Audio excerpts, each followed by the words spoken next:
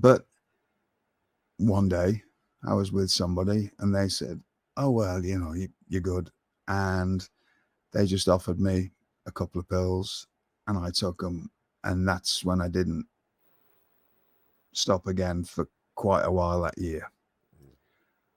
What I did do was some other moment of clarity, right? And I think it was around about the Christmas time of 97. I decided to quit again. And what I did was taper off a little bit this time. Well, if I'm correct in saying the match with Bill was in the February of 98, if I'm correct in saying that. Yes, and your last match in WCW was a week later. Okay, so there'd been a lot going on. Keep me on track here, but I know that I was going into the match with Bill, I was completely off everything. So that's why I remember that. When we get to that on a different podcast, that's why I remember it so well.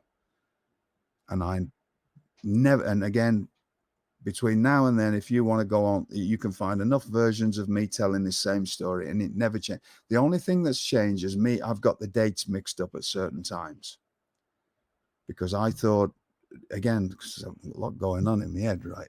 But I thought it was before I got let go, quite a bit before that was a long time ago. Then I found out, somebody put me right. No, it wasn't. It was just okay. Memory's a funny thing, Yeah. Memory's a funny thing for all and of us. a lot of things I was, Sure. So from then onwards, that I'd cleaned up before the Bill. Over the Christmas of 97, I cleaned myself up again. So when you hear about this, I always say there's like 18 months when I was off the rails. There's times when I wasn't, but also I was majorly struggling with my neck and everything else that went with it. So I wasn't training. I looked terrible.